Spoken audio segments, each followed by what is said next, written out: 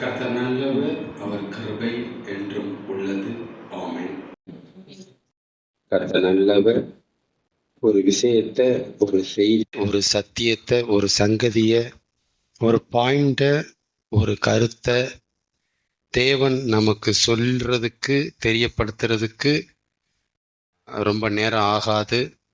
அதுக்கு டைம் எடுக்காது. ஒரு விஷயத்தை, ஒரு காரியத்தை, ஒரு பாயிண்ட, ஒரு சத்தியத்தை நமக்கு தேவன் சொல்லி தர்றதுக்கு, காண்பிச்சு கொடுக்கறதுக்கு, தெரியப்படுத்துறதுக்கு, நம்ம அறிவுக்கு கொண்டு வர்றதுக்கு அவருக்கு ரொம்ப டைம் எடுக்காது. நமக்கும் ரொம்ப டைம் எடுக்காது. எதுக்கு டைம் எடுக்கும்? ம் ம் எதுக்கு டைம் எடுக்கும் அப்பலாம்? சொல்லுங்க சிஸ்டர். எதுக்கு டைம் எடுக்கும்? அந்த பாயிண்ட்டை நம்புறதுக்கு நமக்கு டைம் எடுக்கும். அந்த பாயிண்ட்டை நம்மளை நம்ப வைக்கிறதுக்கு அவருக்கு டைம் எடுக்கும். விஷயத்தை சொல்றது மேட்டர் இல்லை, விஷயத்தை சரின்னு பட வைக்கிறதா மேட்டர். ரெண்டுமே வேற வேற. பைபிள் இப்படி வசனம் இருக்கும் பிரதன்ட் தெரியப்படுத்துறது பெரிய விஷயம் இல்லை. அந்த வசனத்தை நம்ப வைக்கிறதா மேட்ரு. அந்த வசனம் சரிதான், உண்மைதான் அப்படின்னு நம்மளை நம்ப வைக்கிறதா அங்க மேட்ரு. சொல்றது மேட்டர் இல்லை. சுவிசேஷத்தை அறிவிக்கிறது மேட்டர் இல்லை, சுவிசேஷத்தை நம்ப வைக்கணும், அங்கதான் மேட்ரு. ஜீசஸ் எனக்காக இறந்தாருங்கிற செய்திய பாஸ் பண்றது டசன்ட் மேட்டர். அதை நம்ப வைக்கிறதா மேட்டர். அதனால அறிவிக்கிறது மட்டப்படுத்தல, பட் அது ஜஸ்ட் அதோட காரியம் இல்லை, முடியலங்கிற நிறைய இருக்கு. நம்ப வைக்கிறது மேட்ரு. நம்ப வைக்கிறது தான் மேட்ருனால நம்ப வைக்கிறது என்ன செய்யும்? டைம் எடுக்கும். நமக்கு நாம் அதை நம்புறதுக்கும் டைம் எடுக்கும், அவர் நமக்கு அதை நம்ப வைக்கிறதுக்கும் டைம் எடுக்கும். கரெக்டா? மூணாவது எதுக்கு டைம் எடுக்கும்? இது ஏற்கனவே சொன்ன விஷயம்தான், புதுசு கிடையாது. நம்பினதை தொடர்ந்து நம்புறதுக்கு நம்ம டைம் எடுக்கும். அவர் நம்ப வச்சத நாம தொடர்ந்து நம்புறதுக்கு, நம்ப வைக்கிறதுக்கு அவர் டைம் எடுக்கும். இது எல்லாமே ஒரு ப்ராசஸ். அதனாலதான் இதுக்கு எல்லாமே கால அளவுகள் தேவைப்படுது. நேரங்கள், வாரங்கள், நாட்கள், மணி நேரங்கள், மாதங்கள், வருஷங்கள் தேவைப்படுது. அவருக்கு தேவைப்படும். வித்தின் ஏ செகண்ட்ல சொல்லிடுவார் மேட்ரை. ஒரு செய்தியை சொல்லிட்டு போயிடுவாரு, ஈஸியா இருக்கும். பட் தெரிஞ்ச செய்தியை நம்பணுமே, டைம் எடுக்கும்ல. சரி, நம்பின செய்தியை தொடர்ந்து நம்பணுமே, டைம் எடுக்கும்ல. ஆமே. அதனால இது ஒரு ப்ராசஸ். பேதர் நிறைய விஷயத்தை தெரிஞ்சிருந்தாரு, ஆனா நம்பன்னு வரும்போதுதான் கஷ்டம். அங்கதான் கஷ்டப்படுறாரு, அங்கதான் கஷ்டம் வரும். சரி, நம்புறதுல தொடர்ந்து வைராக்கியமா நம்பணுங்கிறது அதை விட கஷ்டம். இவ்வளவு ப்ராசஸ் போகின்றிருக்கு ஃபெய்த் லைஃப்ல. விசுவாச வாழ்க்கைங்கிறது அவ்வளவு சவால்கள் நிறைந்தது, சும்மானா இல்லை. ஆமென். நல்லவர். நம்மகிட்ட தேவன் எதிர்பார்க்கிற உண்மை என்னன்னு சொல்லி கொடுத்திருக்கிறாரு. என்னை உண்மை உள்ளவன் என்று எண்ணி இந்த ஊழியத்துக்கு அவர் ஏற்படுத்தினபடியினால், அந்த வசனத்தை எடுத்து ஆண்டவர் நம்மகிட்ட பேசியிருந்தாரு. என்ன பேசியிருந்தாரு? பவுல் சொன்ன அந்த விஷயத்தை பத்தி பேசியிருந்தாரா? ஃபர்ஸ்ட் என்ன பேசியிருந்தாரு?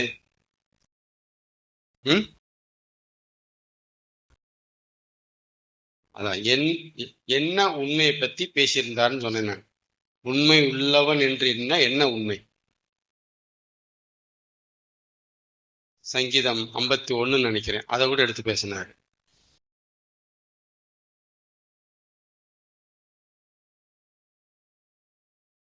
உள்ளத்தில் உண்மை இருக்க விரும்புகிறீர், தாவீதுக்காரன் சொல்றான். சங்கீதக்காரன் சொல்றாரு, உள்ளத்தில் உண்மை இருக்க விரும்புகிறீர். எல்லாருமே நம்ம என்ன பேசுவோம் உண்மைங்கிறது, கை சுத்தமா இருக்கணும், வாய் சுத்தமா இருக்கணும், மனசு சுத்தமா இருக்கணும், கால் சுத்தமா இருக்கணும், சொல்லு, செயலு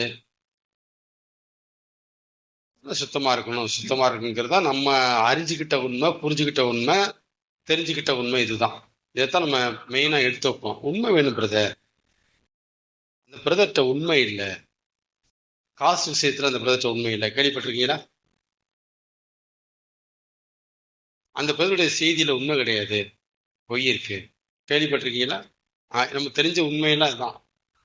இதான் மேஜரா தெரிஞ்ச உண்மை.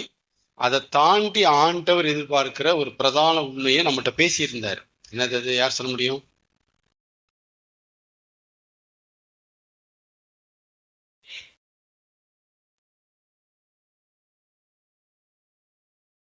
கரெக்ட். என்கிட்ட உண்மை இல்லை அப்படிங்கிற ஒத்துக்கிற உண்மையை தான் ஆண்டவர் பெருசா எதிர்பார்க்கிறார். எந்த உண்மை எதிர்பார்க்கிறான்னு நினைக்கிறீங்க? உங்ககிட்ட இருக்கிற உண்மையை அவர் எதிர்பார்க்கல. நான் வந்து சரியா இருப்பேன், நான் சரியா இருப்பேன்பா, 10 ரூபா கொடுத்து பாருங்க நான் கரெக்டா இருப்பேன், ஊழியத்தை கொடுத்து பாருங்களேன் நான் உண்மையா இருப்பேன், நான் உண்மையா இருப்பேன். அந்த உண்மை ஆண்டவர் பெருசா எடுக்கல. இருக்கு. அவர் பெருசா எடுக்கிற உண்மை, ஆம்பா நீ சொல்றது உண்மைதான், என்கிட்ட உண்மை இல்லைதான், அதை ஒத்துக்கிற உண்மை. அதான் உள்ளத்தில் உண்மை இருக்க விரும்புகிறீர். ஒத்துக்கிறோமா? என்ன சமாளிக்கிறோம், என்ன டிராமா போடுறோம், ஒத்துக்கிறோமா? நல்லா திங்க் பண்ணி பாருங்க. உள்ளத்தில் உண்மை இருக்க விரும்புகிறீர். இருக்கா? வசனம் இருக்கா? அதனால எப்பவுமே இந்த இடத்த செக் பண்ணிட்டே இருங்க. உள்ளத்தில் உண்மை இருக்கிறதா? நாம் உண்மை இல்லை என்பதை, நாம் உண்மை இல்லாதவராக இருந்தாலும் அவர் உண்மையுள்ளவராக இருக்கிறார். எப்படி ஒத்துக்கிட்டு வசனம் எழுதுறாரு பாருங்க. நான் சொல்றத அங்க எழுதுறாரு. நாம் உண்மை இல்லாதவர்களாக இருந்தாலும் ஒத்துக்கிறாரா? அதை ஒத்துக்கிறோமா? அதான் கேள்வி. 10 விஷயத்துல உண்மையா இருந்துட்டா உண்மையா இருக்குனே. என்ன உண்மையா இருக்கப்பா? நீ உண்மை இல்லைன்னு ஒத்துக்கப்பா தம்பி. அதான் கேட்கிறேன். முதல்ல அதை ஒத்துக்கும். அந்த உண்மையைத்தான் நான் விரும்புறேன், அதைத்தான் நான் எதிர்பார்க்கிறேன். எனக்கு அந்த உண்மைதான் ரொம்ப பிடிக்கும், எனக்கு அந்த உண்மையில ரொம்ப நாட்டமா இருக்கேன். உண்மை இல்லைன்னு ஒத்துக்கிற உண்மை. இது ரொம்ப நான் சொல்றதுக்கு சவால். இதுதான் தன்னைத்தானே உணர்ந்து ஒரு ஒரு ஒரு பாயிண்ட்டுக்குள்ள வர்றது. இந்த பாயிண்ட் அதாவது ரொம்ப கஷ்டம். இது விசாரிச்சுட்டு எந்த உண்மை இல்லைன்னு நினைக்கிறீங்க? விசாரிச்சுட்டு எந்த உண்மை இல்லைன்னு நினைக்கிறீங்க? வெளியே சொல்லியிருக்கும், வெளியே வராத உண்மைகள் அதெல்லாம். விசாரிச்சுட்டு எந்த உண்மை இல்லை? அவன் உண்மை இல்லைங்கிற ஒத்துக்கிற உண்மை அவன்கிட்ட கிடையவே கிடையாது. சத்தியம் அவனிடத்தில் இல்லாதபடியினால் சத்தியத்தில் நினைக்கவில்லை. 8:44 யோவான் தெளிவா பேசுறாரு. தன்னிடத்துல உண்மை இல்லைங்கிற உண்மையை ஒத்துக்கவே மாட்டான். யார் சொன்னது? அப்படின்னு எடுத்தேன், எடுத்தோடனே அடிச்சிருவான். யார் சொன்னது என்கிட்ட உண்மை இல்லைன்னு? எடுத்தோடனே அடிச்சிருவான். இந்த மாதிரி பாயிண்ட்டுக்காரன் நீ பேச முடியாது. ஸ்ட்ரைட்டா திருப்பு. கர்த்தரே பேச முடியாது. அவரே பேச மாட்டாருன்னா யோசிச்சு பாருங்க. இது எவ்வளவு இந்த டாபிக் ரொம்ப சீரியஸா எடுக்க வேண்டிய பாயிண்ட் இது. உள்ளத்தில் உண்மை இருக்க விரும்பு. உண்மை இல்லைன்னா உண்மையை உண்மை இல்லைங்கிறத ஒத்துக்கிற உண்மை. ஆமை. கர்த்தர்ட்ட நல்லா வெறுப்பை சம்பாதிச்சுட்டு, யார்கிட்ட? ஆண்டவர்கிட்ட. நல்லா கவனிங்க. ஆண்டவர்கிட்ட நல்லா வெறுப்பை சம்பாதிச்சுட்டு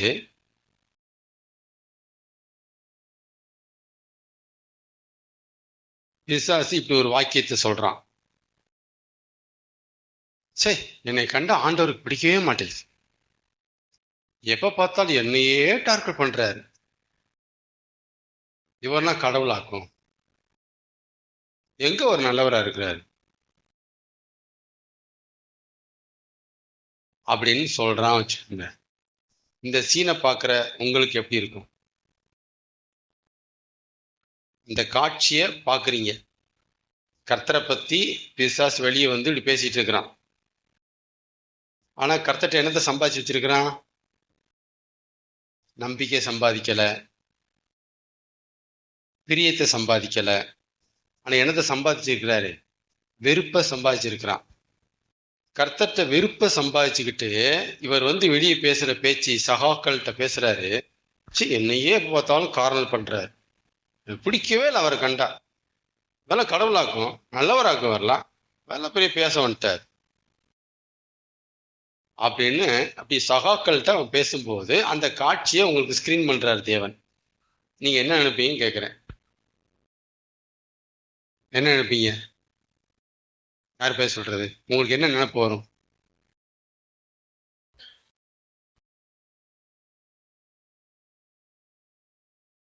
இதுல யார் சொல்றது உண்மை? ம்? இதுல யார் உண்மை நடந்துக்கிறா? அப்ப வெறுப்பை சம்பாதிச்சாலும் கண்டுக்க கூடாது, காரணம் பண்ணக்கூடாது. எப்படி பிரியத்தை சம்பாதிச்ச ஆள்கிட்ட பழகுறீங்களோ அப்படித்தான் என்கிட்ட பழகணுங்கிறது கர்த்தர்ட்ட சாத்தியமா? சாத்தியம் இல்ல. கிளியரா? அப்ப இத பார்த்தா எனக்கு அந்த சீனை பார்த்தா முதல்ல சிரிச்சிருவேன். என் சிரிப்பு தான் வரும். என்னடா பேசுறான் அவன்? வெறுப்பை சம்பாதிச்சுட்டு இங்க வந்துட்டு அவரை கம்மி கொடுத்துட்டு இருக்கிறான். அப்ப இவர் வெறுப்பை சம்பாதிச்சாலும் கர்த்தர் இவருக்கு நல்லபடியா வச்சுக்கணுமா? அவன் நினைப்ப பாருங்கன்னு தான் பேசுவார். அவன் நினைப்பு இதெல்லாம் அவன் புத்தி. வெளியே வந்துட்டு அது வேற மாதிரி போட்டு விடுறாரு அவரை. உடனே கூட்டாளி எல்லாம் சில ரெக்கமெண்டர் வருவாங்க, ரெக்கமெண்டேஷன் பண்றதுக்கு கதட்டா. சரி, விடுங்க விடுங்க விடுங்க, பண்ணாதீங்க, விடுங்க. இவர் ரெக்கமெண்டேஷன் கூட அனுப்பி வைக்கிறது. விடுங்க விடுங்க விடுங்க விடுங்க விடுங்க விடுங்க, சரியா சரியாருமாண்ணா, கொஞ்சம் பொறுத்துங்க, பெரிய ஆள் தானே, கொஞ்சம் பொறுத்துக்குங்க. எப்படி கூட ஆளை வச்சிருக்கிறான். இதை பார்க்கும்போது இன்னும் சிரிப்பு அடங்க மாட்டேங்குது. ஐயோ பாவம். அதனால இதெல்லாம் வாழ்க்கையை நல்லா புரிஞ்சுக்குங்க. நம்ம வாழ்க்கையில் நடக்கிற காரியங்களை பிசாசு தத்ரூபமா இருப்பான், அழகா அவனை புரிஞ்சுக்கலாம். இப்படிதான் அவன் இருக்கிறான், இதுதான் நடக்குது, பரலோகத்துக்கு தான் நடந்துச்சு, இப்படிதான் நடந்துச்சு, இப்படிதான் கூட்டத்தை பிரிச்சான். கர்த்தரை பத்தி போட்டு விட்டு போட்டு விட்டு போட்டு விட்டு கூட்டத்தை சேர்த்துட்டான் பரலோகத்துல. சும்மா வந்தாங்க. ஒரு டீம் எப்படி சேர்த்தான்னு நினைக்கிறீங்க பரலோகத்துல? புரியல என்ன சொல்றேன்ட்டு. வெளியே டீம் சேர்த்தானா, அங்கேயே டீம் சேர்த்தானா? விழுந்து போன தூதர்களா? எப்படி வந்திருக்கு வசனம்? விழுந்து போன தூதர்களா? அப்ப எங்க இருந்தாங்க அவங்க? இவன் படைச்ச தூதன் இல்ல, தேவன் படைச்ச தூதர்களை எப்படி கவர் பண்ணான்னு கவனிங்க. கர்த்தரை பத்தி ஆடு அப்படின்னு கிரியேட் பண்ணி பார்த்தல. அன்னைக்கு கூட என்ன பேசுறாங்க கவனிச்சா நீங்க? அதெல்லாம் உள்ள வச்சிருக்கிறாரு விஷம், நம்மளை முன்னேறி விட மாட்டாரு. அவ்வளவு பேசியிருக்கிறான், ஸ்ப்ரெட் பண்ணிட்டான் அவரை பத்தி. அப்படியே விஷம் பரவுது. பிளாக் பண்ணார். கிளம்புறா நீ, தூக்குடா, தூக்கணும். எத்தனை நம்புறீங்க அவன் சொல்றத? நாங்களாம் நம்புறோம். அப்படி தூக்கு, தூக்கிட்டாரு.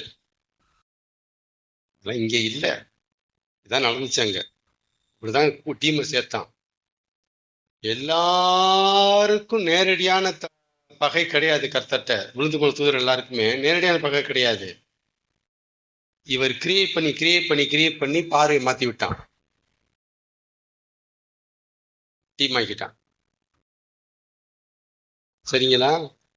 இப்படித்தான் அது நடந்திருக்கு, இப்படித்தான் விழுந்தாங்க அவங்க. ஆமேன்.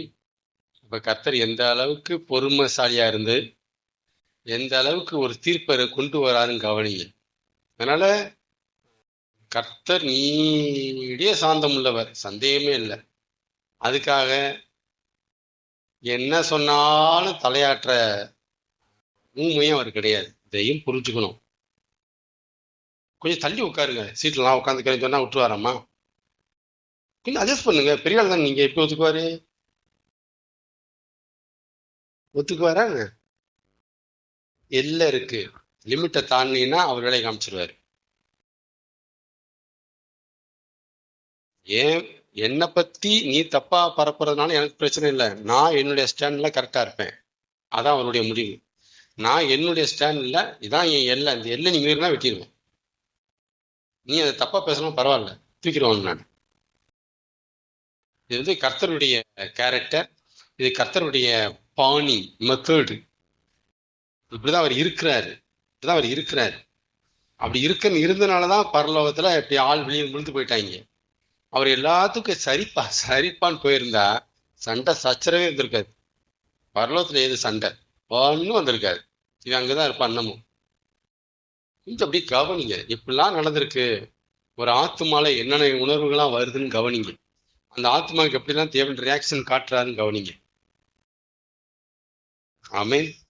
அப்ப என்ன, வெறுப்ப சம்பாதிச்சுட்டா என்னத்தை எதிர்பார்க்க கூடாது, அங்கிருந்து பாசிட்டிவ் எதிர்பார்க்க கூடாது. கார்னரை தான் எதிர்பார்க்கணும், டார்கெட்டை தான் எதிர்பார்க்கணும். இது இப்படிதான் வரும், இப்படிதான் வரும், லா, இப்படிதான் வரும். ஆமென்.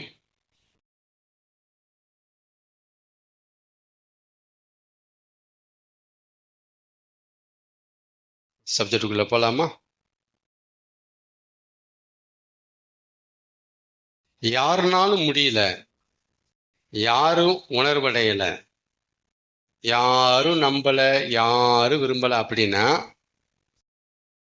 கவனிங்க, ஒரு சத்தியத்தை கடைபிடிக்க யாராலையும் முடியல. ஓகே, யாராலையும் முடியலங்க. நிறைய இருக்கு, பட் இதெல்லாம் வாய்ப்பு இல்லைங்க. இதெல்லாம் யாராலும் முடியலங்க. அப்படி இருந்தால் எங்க எத்தனையோ பேர் சத்தியத்தை கேட்டாங்க, யாருமே உணர்வடையிலங்க. உலகத்துல யாருங்க உணர்வடைஞ்சா? யாரும் உணர்வடையிலங்க. நீங்க வேற எங்க இது பாவம்ட்டு காலம் பூரம் பேசுறோம். யாருங்க உணர்வடைஞ்சா? யாருமே திருந்தலைங்க. அப்படி இருந்தா யாருமே நம்பலங்க சத்தியத்தை பேசி. அப்படி இருந்தா யாருக்குமே சத்தியத்தின் விருப்பம் வரலங்க. அப்படி இருந்தா கவனிங்க, முக்கியமான டாபிக். அப்படி இருந்தா யாருமே நம்ப முடியல, யாராலையும் விரும்ப முடியல, யாராலையும் கடைபிடிக்க முடியல, அப்புறம் யாருமே உணர்வடைய மாட்டேறாங்க. அப்படின்னா நம்ம சைடு பிரச்சனை இல்லை.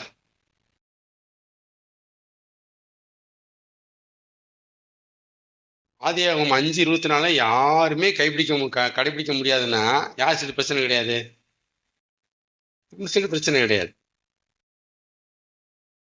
எரேமியா 17:7 யாருமே கடைபிடிக்க முடியாதுன்னா யார் சைடு பிரச்சனை இல்லை? இது வந்து பொதுவா யாராலையும் முடியாதானுங்க. ஓகே, இப்ப நம்ம மனுஷங்க தானே நம்மலாம். நம்மளால கடவுளாக முடியுமா? நம்மளால கடவுளாக முடியுமா? அப்ப யாருனாலையும் கடவுளாக முடியாதுங்கிறது முடியல அப்படின்னா நம்ம சில பிரச்சனை இருக்கா? இது ஒத்துக்கிறீங்களா? Same pattern. யாருனாலையும் சத்தியத்தை கடைபிடிக்க முடியலன்னா அப்ப நம்ம சைடு பிரச்சனை இல்லைன்னு முதல்ல புரிஞ்சுக்குங்க. நம்ம சைடு பிரச்சனை இல்லை. யாருனாலையும் தெய்வமாக முடியல அப்படின்னா பிரச்சனை நம்ம சைடு இல்லை. அதே மாதிரியே எதுவும். ஆனா விஷயம் எப்படின்னு தெரியல, சிலரால கடைபிடிக்க முடியுதுல்ல. இந்த ஏனோக்கால முடிஞ்சிருக்குல்ல, இந்த எரேமியால முடிஞ்சிருக்குல்ல, இந்த ஏசாயா சொல்லியிருக்காரு முடிஞ்சிருக்கே. சிலரால முடியுது, சிலர் உணர்வு அடைகிறாங்க, சிலர் சத்தியத்தை நம்புறாங்க தான், சிலருக்கு சத்தியத்து மேல விருப்பம் இருக்குதான், சிலர் தான் நம்ப மாட்டேறாங்க, சிலர் தான் விரும்ப மாட்டேறாங்க, சிலர் தான் ஒத்துக்க மாட்டேறாங்க, சிலர் தான் கடைபிடிக்க மாட்டேறாங்க. முடியல, சிலராலதான் அது முடியலங்க. எல்லாராலையும் முடியலன்னு சொல்லக்கூடாதுங்க. சிலரால முடியல, சிலரால முடியுது. எல்லாருமே நம்பலன்னு சொல்லக்கூடாதுங்க. சிலரால நம்ப முடியுது, சிலரால நம்ப முடியுது. சரி, இப்படி இருந்தா இப்ப என்ன பேசுவீங்க? முதல் பாயிண்ட புரிஞ்சுக்கிட்டு ரெண்டாவது புரிஞ்சுன்னா 3ஆவது பாயிண்ட்டுக்கு ஆன்சர் வந்துடும். இப்ப என்ன சொல்லுவீங்க? இப்படி இருந்தா என்ன பிரச்சனை? நம்ம சைடு பிரச்சனை இருக்கா இல்லையா? இருக்கா? இங்க யாருனாலையும் கடவுளாக முடியல, நம்ம சைடு பிரச்சனை இல்லை. இல்லையே, ஒரு 10 பேர் ஆயிருக்காங்களே, உங்களால முடியலன்னு சொல்லுங்க. இப்ப யார் பிரச்சனை? நம்ம சைடு தான் பிரச்சனை. நம்ம சைடு பிரச்சனை இருக்கு. ஒருத்தன் கடைபிடிக்கிறான், ஒருத்தன் முடியல. இப்ப யார் பிரச்சனை? யாராலே முடியலங்க, நம்ம சைடு பிரச்சனை இல்லை. ஆனா ஒருத்தனால முடியுது, ஒருத்தனால முடியுது அப்படின்னா இவனாலதான் பிரச்சனை. இதான் முடியுது அவனால அப்படின்னு இப்படி இப்படி ஒரு காரியம் இருக்கிறதுனாலதான்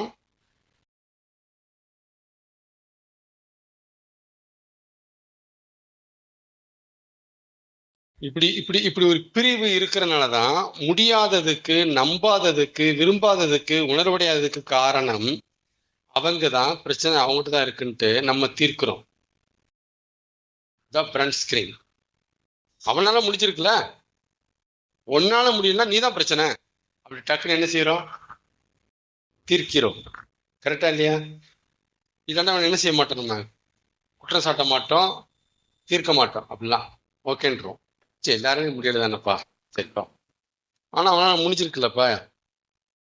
இப்போ ஒன்னாலதான் முடியல. இங்க பாரு, 10 பேர்ட்ட சத்தியத்தை சொன்னோம், சுவிசேஷம் சொன்னோம், 5 பேர் ஏத்துக்கிட்டான், 5 பேர் ஏத்துக்க முடியல. அப்ப பிரச்சனை வந்துட்டு ஏத்துக்க முடியாதவன்ட்டதான் பிரச்சனை இருக்கு. எல்லாரும் ஏத்துக்க முடியும் தானே? யாராலும் ஏத்துக்க முடியலன்னா ஓகே சொல்லலாம். அந்த 5 பேர் ஏத்துருக்கானே, அப்ப உன்னிட்ட தான் பிரச்சனை இருக்கு. கரெக்டா காரணம் பண்ண முடியுமா? இப்ப இதுதான் இன்னைக்கு ஓடிட்டு இருக்கு. அதான் பாருங்க, ஆண்டவர் அவங்க மேல குற்றம் சுமத்துகிறார். அதான் பாருங்க, ஆண்டவர் அவங்கள நரகத்து தள்ளுகிறார். அதான் பாருங்க, ஆண்டவர் அவங்களுக்கு தண்டனை ஒதுக்குறார். கரெக்டா? இப்படிதான் நம்ம அண்டர்ஸ்டாண்ட் பண்ணியிருக்கோம், இது வரைக்கும் பண்ணியிருக்கோம். கரெக்டா இருக்கு. ஆண்டவர் தண்டனை கொடுக்கறதுக்கும், ஆண்டவர் நரகத்துக்கு அனுப்புறதுக்கும், ஆண்டவர் குற்றம் சுமத்துறதுக்கும் என்ன காரணம்? சுவிசேஷத்துல இயேசு நிறைய குற்றம் சுமத்துறாரு. என்ன காரணம்? பிரதான ஆசாரியர்கள், யூதர்கள், நிறைய அதிகாரிகளை நம்புறாங்க. ஆனா சில பிரதான ஆசாரியர் நம்ப மாட்டேங்கிறீங்களா? இஸ்ரவேலுக்கு தான் எத்தனை இஸ்ரவேல் நம்புறான்னு தெரியுமா? ஆனா நிறைய பேர் நம்ப மாட்டேங்கிறீங்களா? என் பிதா நடாத நாட்டெல்லாம் வேரோட பிடுங்கப்பட்ட பேசுறாரு. ஏன்? உன்னால முடிஞ்சிருக்குல்லப்பா, உன்னாலதான்ப்பா முடியல. அதான் ஒரு பிறவி குருடன் 9ஆம் அதிகாரம் யோவான், அவன் நம்புறான்ப்பா. என்ன கண்ணு திறந்திருக்குன்னு சொல்றான், நம்ப மாட்டேங்கிற நீ. சத்தம் போடுறாருல, இப்பதான் பிள்ளைக்கு கண்ணு வந்திருக்கு, அது நம்புது. என்ன பிறவில இருந்தே உனக்கு கண்ணு இருக்கு, நீ நம்ப மாட்டேங்கிறீங்க. காணாதவர்கள் காணும்படியாகும், காணிகள் குருடாகும்படியாகும் உலகத்துக்கு வந்த நியாயத்திற்கு வந்துட்டாரா? நியாயத்திற்கு உலகத்துக்கு வந்தேன்.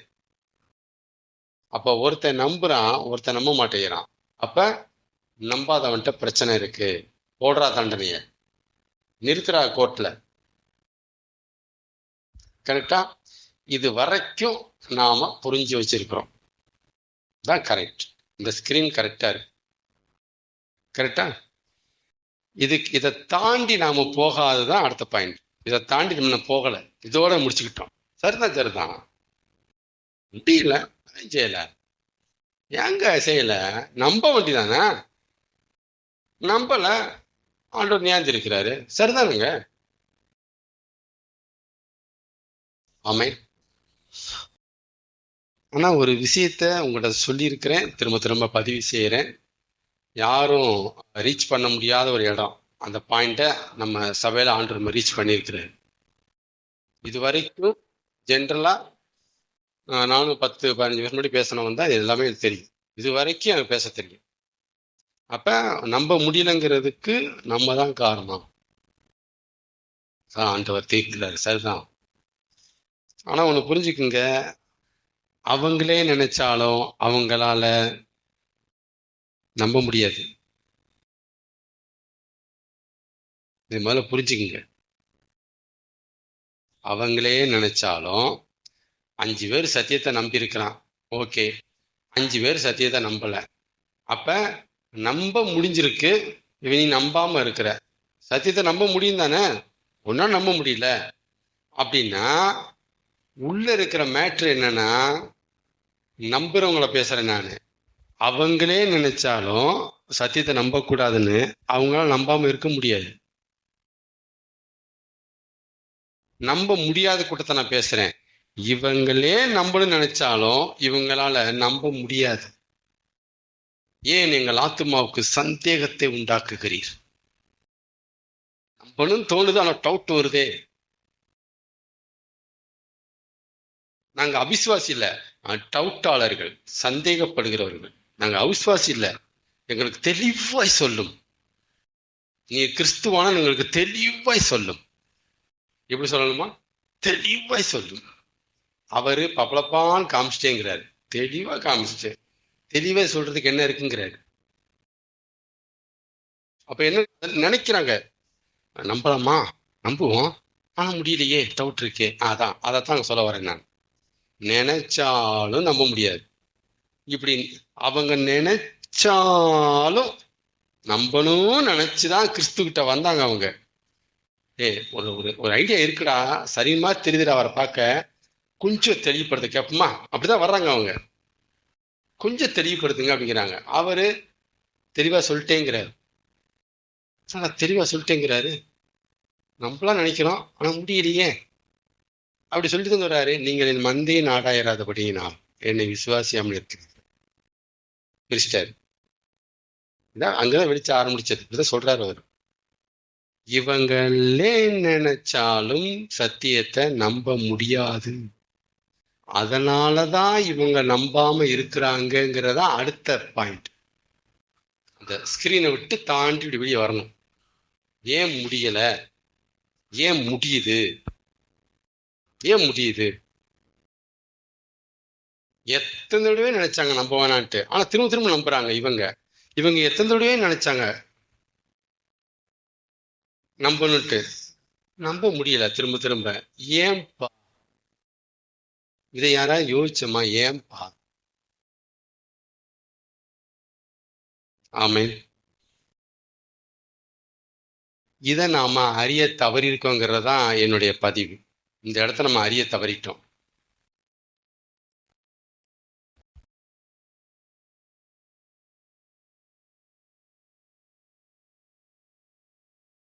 இப்படிப்பட்ட இந்த மாதிரி இடத்துல லாக் ஆகி இருக்கிற, டிஃபால்ட்டா செட் ஆகி இருக்கிற இந்த குரூப்புகளை, எந்த குரூப்புகளை நம்பணும்னு நினைக்கிறோம் பிரதர், ஆனா நம்ப முடியல, நாங்க முடியல. இந்த குரூப்புகளை தேவனே நினைச்சாலும் நம்ப வைக்க அவரால் முடியாது. இவங்களால முடியலைங்கிறது ரெண்டாவது இருக்கட்டும், அவராலேயே நம்ப வைக்க முடியாது. புரியல? முடியாது, முடியாது. இந்த குறிப்புகளை நம்ப வைக்க கூடாதுன்ட்டு இவரே முடிவெடுத்தாலும் வாய்ப்பே இல்லை, நம்புவாங்க. இந்த குரூப் நம்பும்.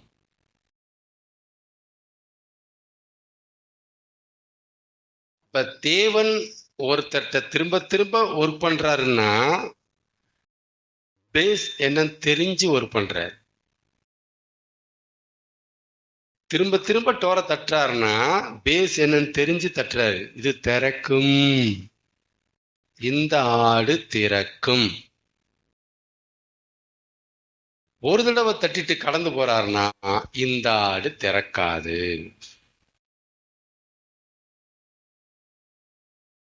It is depending upon ability.